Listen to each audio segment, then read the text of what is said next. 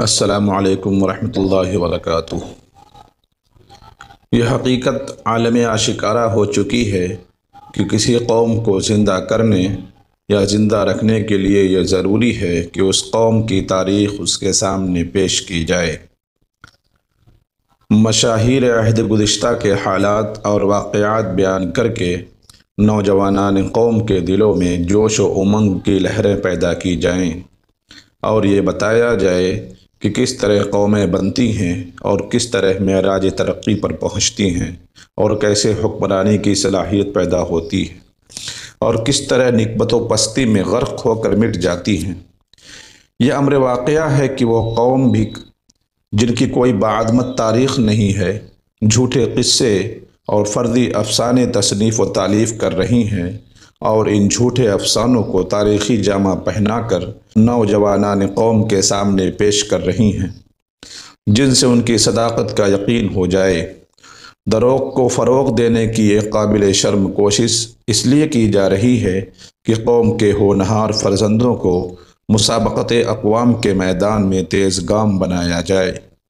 یہ بات بھی حقیقت الامر ہے کہ جو قوم کسی قوم سے رقابت یا عداوت رکھتی ہے، وہ اس کی تاریخ کو مسخ کر کے اس کے افراد کو اس کی تاریخ سے غافل اور ناواقف رکھنے کی کوشش میں شب و روز مصروف رہتی ہے۔ دنیا جانتی ہے کہ اقوام عالم میں صرف مسلمان ہی وہ قوم ہے جو سب سے زیادہ شاندار تاریخ رکھتی ہے، اور سب سے بڑھ کر اپنے بزرگوں کے محیر العقول اور نادر زمانہ کارناموں کی نسبت ایسا یقینی علم حاصل کر سکتی ہے جو ہر قسم کے ریب و شک سے پاک و صاف ہے، اور جس میں کسی قسم کا غلو نہیں۔ لیکن دور زمانہ کی ستم ظریفی دیکھیے کہ مسلم نوجوان اپنی شاندار تاریخ سے اسی طرح غافل اور ناواقف ہوتے چلے جا رہے ہیں جس طرح آج کے مسلمان قرآن اور تعلیم قرآن سے ناآشنا ہو گئے ہیں۔ وہ بھول گئے ہیں کہ ان کے بزرگوں نے کیا کیا کارہائے نمایاں انجام دیے، کس طرح قیصر و کسریٰ کی زبردست سلطنتوں کو پارا پارا کر دیا ہے۔ مسلمانوں کو تاریخ اسلام سے واقف و آشنا کرنے کے لیے میں نے شاندار تاریخی ناولوں کا سلسلہ شروع کیا ہے۔ آج اس کی پہلی کڑی آپ کے سامنے پیش کر رہا ہوں، اور امید کرتا ہوں کہ آپ حضرات ہماری حوصلہ افزائی کریں گے اور ہماری اس تاریخی کاوش کو بھرپور محبتوں سے نوازیں گے انشاءاللہ العزیز۔ باب نمبر 1، آفتاب عالم، یعنی آپ صلی اللہ علیہ وسلم کی پیدائش کے متعلق یہ باب ہے، جو ناول کی شکل میں آپ کے سامنے پیش کر رہا ہوں۔ رات گزر چکی تھی، ستارے جھلملا کر آسمان میں ڈوب رہے تھے، ضیاء بار روشنی بڑھنے لگی تھی، کائنات انگڑائی لے کر بیدار ہو رہی تھی۔ پرکیف اور فرحت بخش ہوا کے تأثر سے کائنات کا ذرہ ذرہ، پتا پتا تر و تازہ ہو کر چمک اٹھا تھا۔ ریگزار کا شبنم سے بھیگا ہوا سفید ریت نہایت پیارا معلوم ہو رہا تھا۔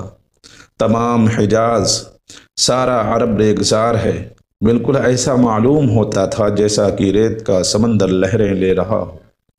ریگستان ہونے کی وجہ سے عرب کی آب و ہوا خشک ہے، گرم ملک ہونے کی وجہ سے گرمی بھی زیادہ پڑتی ہے۔ باد سموم یعنی زہریلی ہوا ملک عرب ہی میں چلتی ہے، جو انسانوں کو چشم زدن میں مسموم کر کے مار ڈالتی ہے۔ سارے ملک میں ریت کے اس قدر فلک نما تودے ہیں کہ میلوں سبزہ کا نشان نظر نہیں آتا، ایک بھی دریا نہیں۔ ریت مسافروں کو اپنے دامنوں میں ایسا چھپا لیتی ہیں کہ پھر ان کا پتہ ہی نہیں چلتا۔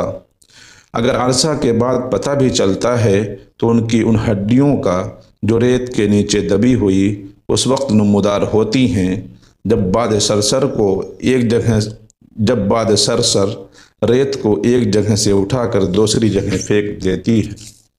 یہی وجہ ہے کہ سیاحان عالم کو اندرون عرب میں جانے کی جرأت نہیں ہوتی، لیکن یہی ریگزار جو دل میں دوزخ کا نمونہ بنا ہوتا ہے رات کو اچھا معلوم ہونے لگتا ہے اور صبح کے وقت اس کی دل فریبی اور بھی بڑھ جاتی ہے۔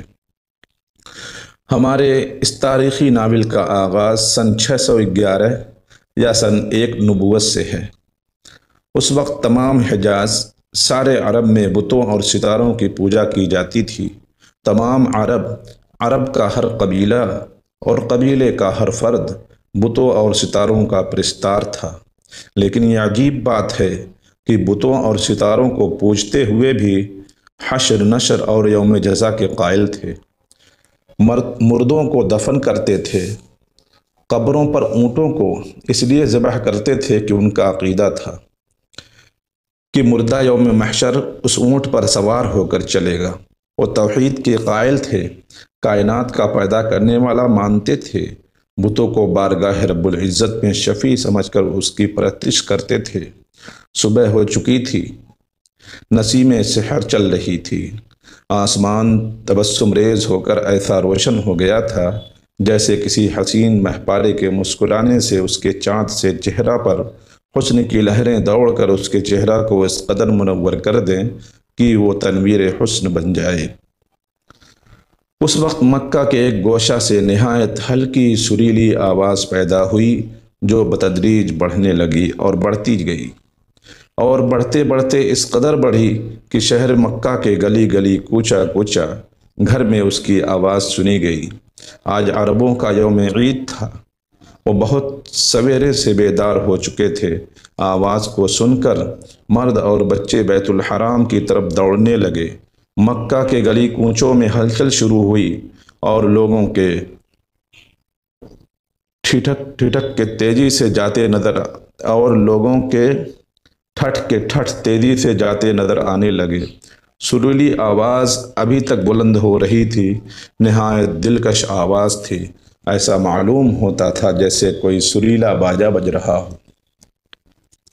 لوگ اطراف شہر سے تیزی کے ساتھ بیت الحرام کی طرف دوڑ رہے تھے۔ زرق برق پوشاکیں پہنے ہوئے تھے، زرے تار پٹکے باندھے تھے، پورے عربی لباس میں ملبوس تھے۔ بیت الحرام یعنی خانہ کعبہ ناف شہر میں واقع تھا۔ یہی وہ حرم شریف ہے کہ جس کی بنیاد حضرت ابراہیم علیہ السلام نے رکھی تھی۔ مدتوں تک توحید پرستوں، خدا کے پوجنے والوں کا ملجا و ماوا رہا تھا، اب بت پرستوں کے قبضہ میں تھا۔